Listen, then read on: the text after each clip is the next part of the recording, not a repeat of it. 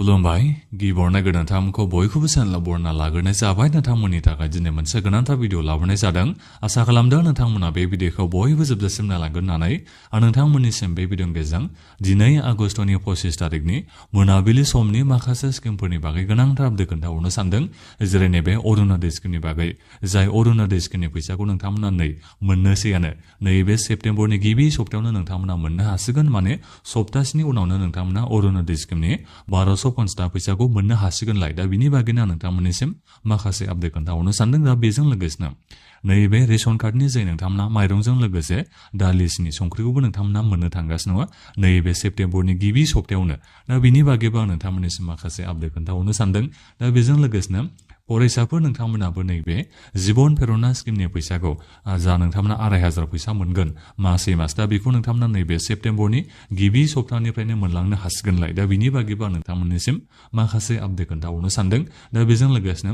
नैबे निजुत बाबु आसनि निजुत मयना स्किमनि थाखाय जोंहा दायो एप्लाइ खालामनाया जागासिनो दं दा बेवहाय नोंथांमोना गोबाङानो माखासे प्रब्लेमखौ मोननो हादों आरो दा बिनि बागैबो आं नोंथांमोननिसिम माखासे आपडेट खोन्थाहरनो सानदों सार्भार डाउन जानाय बायदि जोंहा प्रब्लेम जादों दा बिनि बागै आं नोंथांमोननिसिम माखासे आपडेट खोन्थाहरनो सानदों दा बेजों लोगोसेनो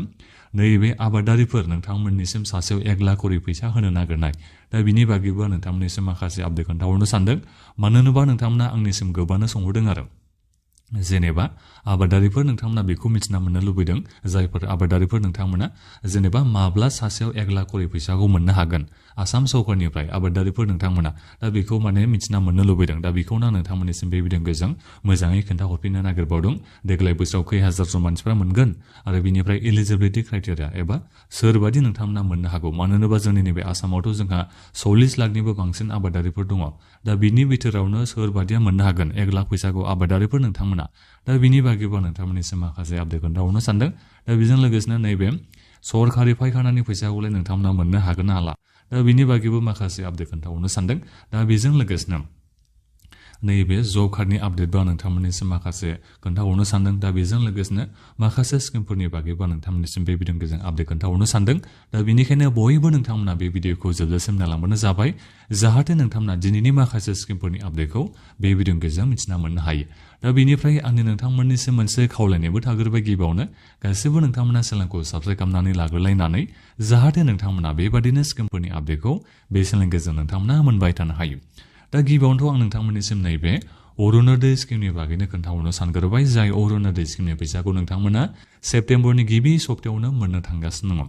नोंथांमोना सेप्तेम्बरनि 1 तारिखआव मोनगोनखौ आसाखौ लानो हागोन आं नोंथांमोननिसिम बेखौ सिगांनिफ्रायनो बुंहरगासिनो दङ मानो होनोबा आगस्टनि 1 तारिखआवनो नोंथांमोना अरुणोदय स्किमनि फैसाखौ मोननो हादोंमोन नालाय दा बेनिखायनो एबारावबो नोंथांमोना सेप्तेम्बरनि 1 तारिख खालिनो अरुणोदय स्किमनि 1250 थाखा फैसाखौ मोनगोनखौ आसाखौ लानो हागोन सप्तासेल'सै होननानै बेखौ बुंनो नांसिगोन जोंहा दिनै 25 तारिख जाबायनोसै आगस्टनि दा बेवहाय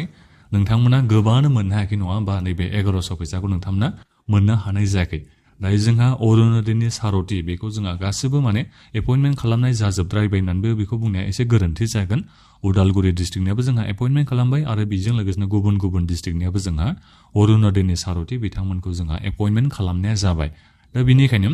जायफोर नोंथांमोना 1100 फैसाखौ दाख्लै आगस्टनि 1 तारिखआव मोननो हायाखैमोन आं नोंथांमोननिसिम बेखौ बुंहरबाय थानाय जाखादोंमोन नोंथांमोना गोख्रैनो ब्लक अफिसाव नोंथांमोना खबर लाहै आरो बिनिफ्राय अरुणोदयनि सारथि बिथांमोननिसिम नोंथांमोना खबरखौ लाहैदों होननानै आं नोंथांमोननिसिम खोन्थाहरनाय जादोंमोन दा जुदि नोंथांमोना खबरखौ लाहैनानै एबा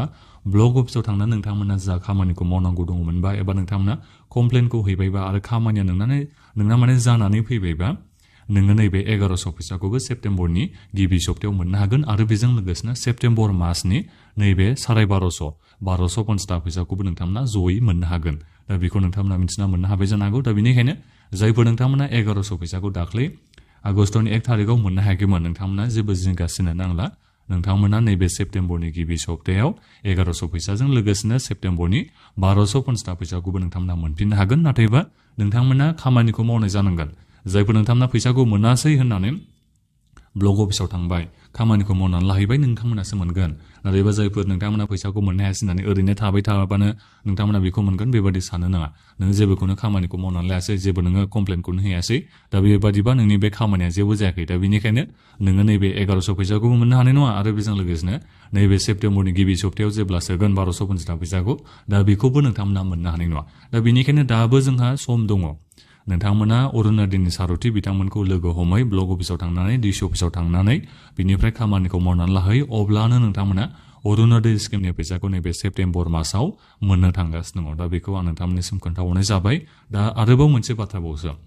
जुदि नोंथांमोना सेप्तेम्बर मासाव नैबे सेप्तेम्बर मासनि गिबि सप्तायाव अरुणोदय स्किमनि फैसाखौ जेब्ला सोयो 1250 थाखा फैसाखौ दा बे 1250 थाखा फैसाखौ आरोबाव नोंथांमोना मोनाबा मालाबा जोंहा गोबां माने प्रब्लेम जायो नङा होमबा फैसा मोनखाबाय थानाय नोंथांमोनानो मोनै बेबादि जायो फैसा हाबै बेबादि जायो दा बेबादि जायोबा लोगो सानसे साननैनि उनावनो नोंथांमोना अरुणोदयनि सारथि बिथांमोननिसिम डाइरेक्ट कन्टेक्ट नाम्बार जोंहा होनानैबो दोननाय दंखायो बे कन्टेक्ट नाम्बाराव नोंथांमोना कन्टेक्ट खालामहर नङाबा डाइरेक्ट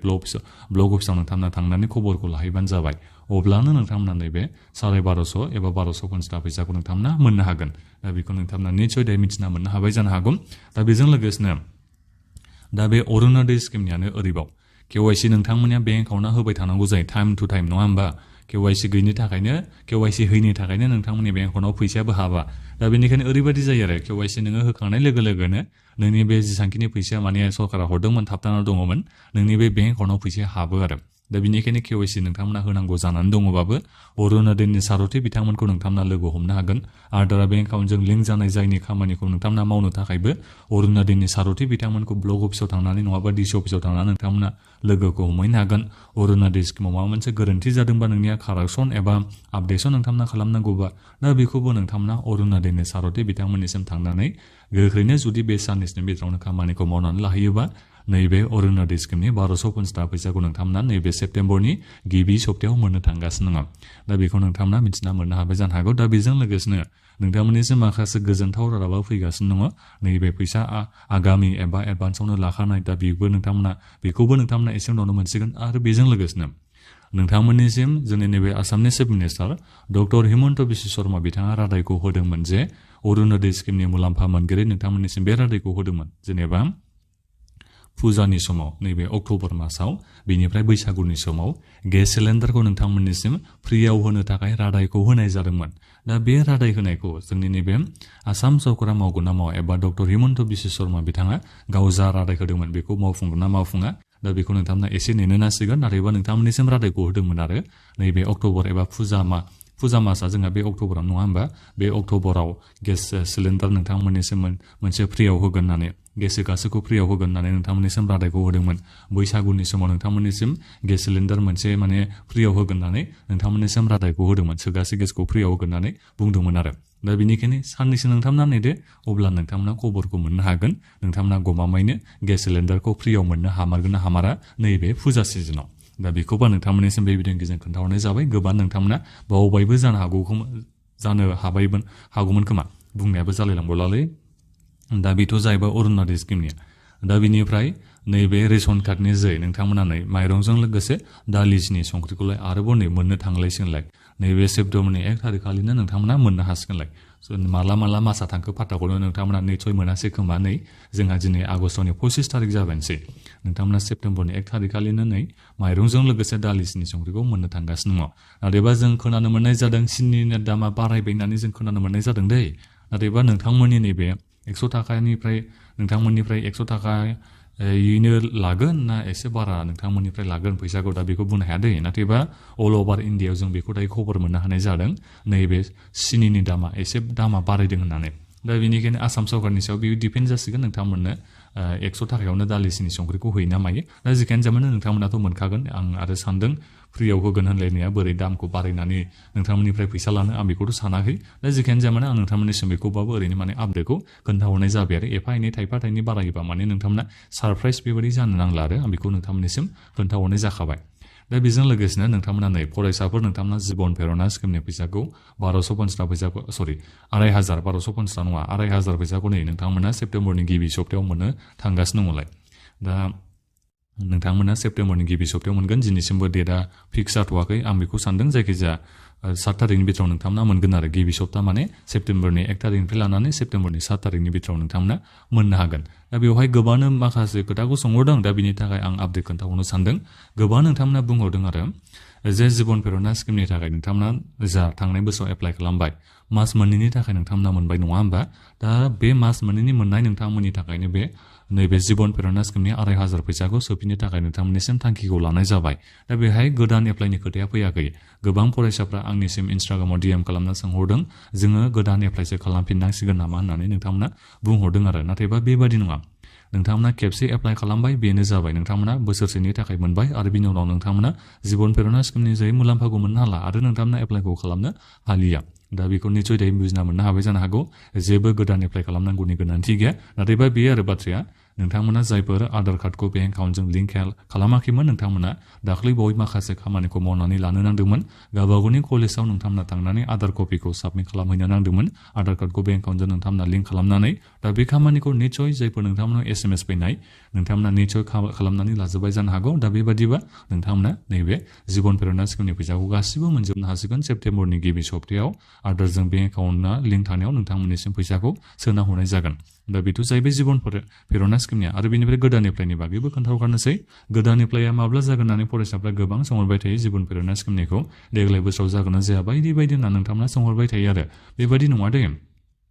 देग्लाय बोसोराव जानाय नङा बेबादि नङा। बोसोरफ्रोमबो बे जिबन प्रेरणा स्किमनि थाखाय जोंहा एप्लाइ खालामनाया जागोन। दा नोंथांमोना फ्रेशलि गोबांनो दायो ग्रेजुवेटखौ जाबाय नङा होमबा? नैबे 2026 मायथाइयाव नोंथांमोना गोबांनो फ्रेशलि ग्रेजुवेसनखौ खालामबाय। दा बेनिखायनो नोंथांमोना जायफोर देग्लाय बोसोराव ग्रेजुवेसन खालामनाय नोंथांमोना एसे उनावनो एप्लाइखौ खालामनो मोननो थांगासिनो दङ। सिगाङाव जोंहा थांनाय बोसोराव नभेम्बर मासाव एप्लाइ खालामनाय जादोंमोन। देग्लाय बोसोरावबो बेफोर समावनो जाहैगोन बादिखौ आं मोनदों। दा बेनिखायनो एप्लाइआथ' जाखागोनखा देग्लाय बोसोरावनो जायखिजाया अक्ट'बर नभेम्बर बे मास मोननैनि बिथोरावनो जागोन। दा बे एप्लाइखौ नोंथांमोना नेदो। दा बेखिनियावनो आरो मोनसे खामानिखौ मावनानै लाखा। आधार कार्डखौ बेंक एकाउन्टजों नोंथांमोना गोख्रैनो लिंक खालामना लाखा। अब्लासो नोंथांमोना जिबन प्रेरणा स्किमनि फैसाखौ मोननो हागोन। नङाबा नोंथांमोना 2500 गाहाम फैसाखौ मोननो हानाय नङा। गोबांनो आरो मा खालामो एप्लाइ अनलाइन खालामखांनायनि उनाव जा प्रिन्ट आउट मोनो बेखौ कलेजाव साबमिट खालामहैनो नांगौ। दा बेखौनो खालामालासिनो दोननायनि थाखायबो गोबांनो दाख्लै बावैनो जिबन प्रेरणा स्किमनि मुलाम्फाखौ मोननो हानाय जायाखै। दा बेबादि नोंथांमोना रावबो खालामनो नाङा। आं बेखौबो नोंथांमोननिसिम खोन्थाहरनाय जाखाबाय। अनलाइन एप्लाइ खालामखांनायनि उनाव जा प्रिन्ट आउट मोननो हायो बेखौ नोंथांमोना कलेजाव साबमिट खालामहैनो नांगौ। नोंथांमोना डिप'जिट हैनो नांगौ आरो माखासे डकुमेन्टसखौ नोंथांमोना लांफानानै। दा बेखौ नोंथांमोना मावबासो नैबे जिबन प्रेरणा स्किमनि फैसाखौ मोननो हायो। दा बे जाहैबाय जिबन प्रेरणा स्किमनिया। दा बेनिफ्राय निजुत बाबु आसनि निजुत मयना स्किमनिया जोंहा पर्टेला माने सार्भारा डाउन जादों बेबादि जानायखाय नोंथांमोना कलेजाव थांनो हागोन जाहैबाय। जुदि नोंथांमोना एप्लाइखौ खालामनो हायाखैबा नोंथांमोना कलेजाव थांबानो जाबाय। बिनिफ्राय नोंथांमोना बुंहैबानो जाबाय। कलेजफ्रा बिनि सायाव दायथ'खौ लाखादों आरो नैबे दर्पण पर्टेल बिनिफ्राय सामार पर्टेल हायार सेकेन्डारि जायफोर माबानाय आन्डार ग्रेजुएसन दा नोंथांमोननिया बे माबायाव पर्टेलाव नङा होमबा सामार पर्टेलाव दर्पण पर्टेला जाहैबाय माबानि बे निजुत मयनानिया। दा नोंथांमोना जायफोर माने अनलाइन एप्लाइखौ मोजाङै खालामनो हायासै एबा सार्भार डाउननि थाखाय जायासैबा नोंथांमोना गोख्रैनो गावबागावनि कलेजाव थांबानो जाबाय। जोंहा माने कलेजा बेखौ दायथ'आव लाखादों आरो मा जाहोननि थाखाय सार्भार डाउन जादोंमोन। दा बेखौबो जेबो बुंनो हाया। दा जिखियानो जाया मानो निसय नोंथांमोना मोनजोबनो हाखागोन नैबे जिबन प्रेरणा आरो निजुत मयना आसनि निजुत बाबु आसनि स्किमनि नोंथांमोननि एप्लाइ खालामनाय गासिबनाबो जाजोबगोन। नोंथांमोना कलेजाव थांनानै मोजाङै बेखौ बानायना लाहैबानो जाबाय। कलेजा जोंहा बेखौ दायथ' लाखानाय जादों। नोंथांमोननिसिम आं बेखौ बुंहरनाय जाबाय। टेनसन लानो नाङा सार्भार डाउननि थाखाय जुदि नोंथांमोना दाबो बेखौ एप्लाइखौ खालामनो हायाखैबा। दा बेथ' जाहैबाय निजुत बाबु आसनि निजुत मयना स्किमनि आपडेटआ। फैसाखौ माब्ला मोनगोन? सेप्तेम्बरनि 10 तारिखआव नोंथांमोना अक्ट'बरनि 10 तारिखआव नोंथांमोना मोननो हागोन। नैबे निजुत बाबु आसनि निजुत मयना स्किम मोननैबो स्किमनि फैसाखौ अक्ट'बरनि 10 तारिखखालि नोंथांमोना मोननो थांगासिनो दङ। दा बे जाहैबाय जिबन प्रेरणा निजुत बाबु निजुत मयना स्किमनि आपडेटआ। दा बेनिफ्राय नैबे 1 लाख फैसाखौ आबादारिफ्रा माब्ला मोननो हागोन? दा बेखौ नोंथांमोना गोबाङै नेनानै दंमोन जानो हागौ। देग्लाय बोसोरनिफ्रायनो होगोन होननानै एनाउन्समेन्टखौ खालामदों। माने देग्लाय बोसोराव गासै 1000 जन आबादारिफ्रा सासेयाव 1 लाख खरै फैसाखौ मोननो हागोन। दा बेहाय बैसोआ बेसेबां जानांगोन बिनि बागै खोथाया फैयाखै आरो बेहाय बे एसेबां खोथा ओंखारनायबो नङा। बैसोआ 18 बोसोर 21 बोसोरनिफ्रायनो एप्लाइ खालामनो हानाय बेबादि जागोन। नाथायबा हाइलि एडुकेटेड जायफोर नोंथांमोना माने गिदिर फरायनानै जुदि नोंथांमोना दायो आबाद फोथाराव खामानि मावदोंबा एबा आबादनि नोंथांमोना खामानि मावोबा साख्रि बाख्रि गैजायै नोंथांमोनाल'सो बे 1 लाख फैसानि थाखाय एप्लाइखौ खालामनो हागोन। बेखौ नोंथांमोना साननानै लाखाबानो जाबाय। आरो जोंनि नैबे आसामावथ' गोबां जोंहा आबादारिफोर दङ। 40 लाखनिबो जोंहा बांसिन आबादारिफोर दङ।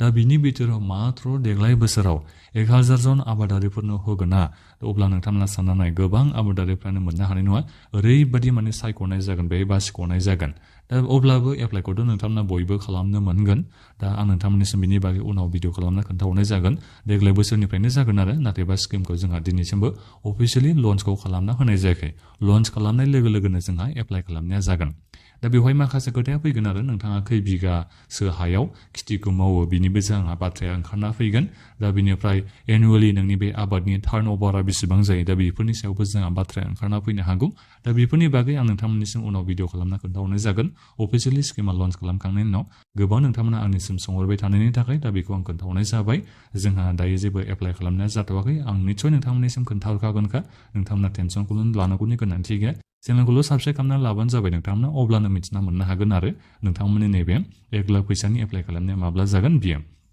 दा बेथ' जाहैबाय आरो आबादारिफोर आं नोंथांमोननिसिम बेखौ बुंनो सानो नोंथांमोना नैबे 1 लाख फैसानि थाखायल' टेनसनखौनो लानो नाङा नैबे CM ट्रिपल स्किमालाय बे स्किमनि जेथ' नोंथांमोना 2 लाख फैसा मोनो नङा होमबा दा नोंथांमोना गोबां माने